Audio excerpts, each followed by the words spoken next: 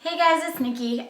Today I just wanted to talk about starting YouTube and why it took me so long to start YouTube and why I think a lot of people want to do it as a hobby but are scared to do it.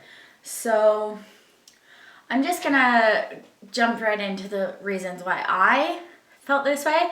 But talking to a few other people I know, they've felt like the same kind of way about it. So yeah, so I think the first reason is a lot of people feel like they need to have a certain quality of equipment to start. So things like, I know I said, like, I don't have a good enough camera, or I don't have professional lighting, I just have a window. And actually I don't have a terrible camera. Years and years ago, I saved up enough points at Shoppers Drug Mart to buy a Canon EOS T3, which they don't even make anymore, so it is quite a bit of an older camera, but it is a DSLR. But I've heard people say, like, you can start even with an iPhone or a laptop or just whatever you kind of have. Obviously, you do have to have some sort of way to film yourself, but it doesn't necessarily have to be fancy.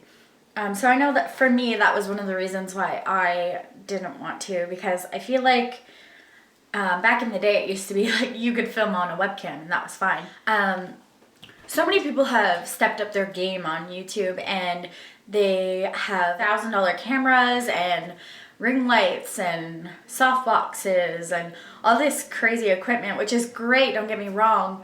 But for someone that's just doing it as a hobby and just wants to make some content and wants to engage in the community, I think it can be intimidating sometimes to just jump in without that level of quality and feel like you have to have that level of quality to even be on YouTube, which isn't the case. The other thing is just not having the skills. I know I personally, I used iMovie probably like 10 years ago, but I haven't used it since and it's changed a lot. I was just completely lost in how to edit, so I keep things really simple. I think that can be intimidating to a lot of people who aren't maybe as tech savvy as others. It's definitely a skill you can learn though. I've watched a lot of Shameless Maya videos. She's great. I feel like she knows what she's talking about, but she also knows how to teach someone like me who knows nothing about it. So I've learned quite a lot about that from her. Just playing around with it and practicing is a lot of what helps you learn it, and I'm by no means good at it. I've learned a few tricks to make it bearable. Another reason, I know this was probably the biggest reason for me not starting until now, is that so many people that you see on YouTube, especially if you watch the beauty community a lot, they're perfect, they're flawless, they have perfectly lit background, and their videos just look so crisp and clean and flawless. Their makeup looks amazing. I feel like sometimes you feel like you need to look a certain way to be on YouTube, and especially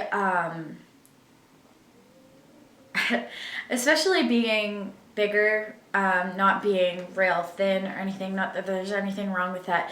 I feel like sometimes there feels like there isn't a place for us, that you have to be this perfect kind of person, and that's not the beauty world's fault by any means. Those girls have just as many insecurities as we all do, but yeah, I feel like we impose a pressure on ourselves to look a certain way, and especially if we're gonna be opening up to the public. I know the one thing I was terrified of is getting comments saying like, you're fat, you're ugly, you're not funny, I don't know, just anything, like kind of attacking who you are and feeling like that people wouldn't accept you for who you are. And to be honest, people are mean on the internet. They forget that there's a human being on the other end of the camera, that there's a heart that beats just the same as theirs, and they can say the cruelest things because it's not to their face, and they don't realize how badly those hurt. I know all the time I'm amazed at some of the hate big YouTubers get. Even small YouTubers get hate as well, but I'm a huge fan of Jaclyn Hill, and some of the things people say about her are just awful, like horrible. I wouldn't wish that on anyone, not even my worst enemy. And they just rip her apart, and she's not the only one. Like, that happens to most people on YouTube.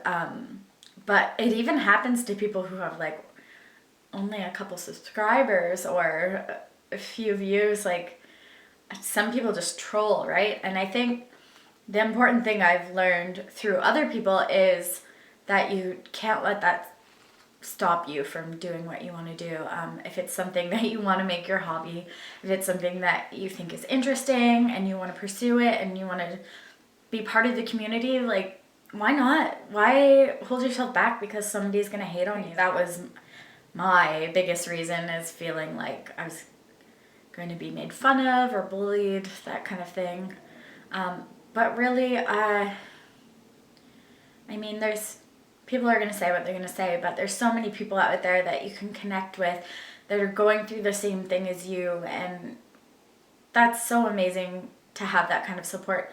I know for me, like in the foster adoption community, I live in a rural area, so there's not that many people who have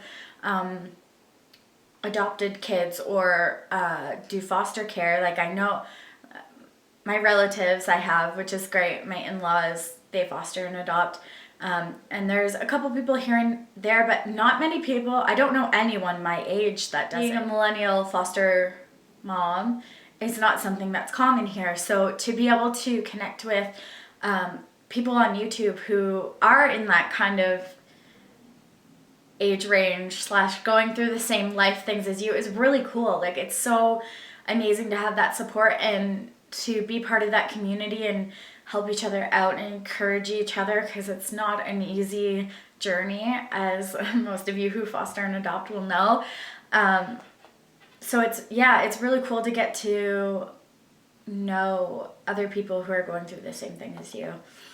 One of the other reasons why I didn't want to start personally is I was worried that it would come off as full of myself or attention seeking, which I know anyone that knows me would know that's the last thing I would do. I don't like being in the spotlight. I would much prefer to help somebody else do that. But in this way, I feel like it's so much different when you're on a camera. Not that you're not talking to people, because you are, but it feels more like a one-on-one conversation with a friend or like a group conversation versus like, guys, look at me, I do these videos. I don't know. So I think I was kind of worried. And that sort of, again, boils down to worrying about other people's opinions of you, which that's never a good reason to stop yourself or to do something, is because of what other people will think or say. There's always going to be people who don't agree with what you do or with what you say, and are maybe going through something that makes them negative, but it's just not a good enough thing. The last reason I would say is personal safety. And I know this is so silly because no one's gonna care where I live, who my family is, and come stalk me or anything like that. But I tend to be a really anxious person, and I worry about things that may never even happen. But I definitely was a little worried about personal information going up. Definitely foster kids' identities won't be shared in any way, because that's part of the foster care protection plan, let's call it. But even just future adoptive kids, I have siblings who are foster kids or adoptive kids, and just worrying for their safety of who might be watching these. That made me really nervous. And I think as long as you're kind of smart about it and careful about what you do and don't show. The other thing is like at some point you do have to kind of open up your life a little bit. Otherwise, I don't know. In any like friendship or something like that, like it's not fair if one person is kind of opening up and the other person is always keeping everything reserved. So yeah, that's something I'm trying to work on. But the main reason why I did start is I just wanted a creative outlet. I wanted some way to express myself, and I wanted to be a part of the community on YouTube that's there. So those are ultimately the reasons why I chose to go ahead with it. Obviously, since you're seeing this video, I did choose to go ahead with it. And yeah, I'd love to know what you guys think, whether, especially those of you that have started a channel or have thought about starting a channel, what made you decide to do it, what's holding you back from doing it. Let me know. Thanks, bye.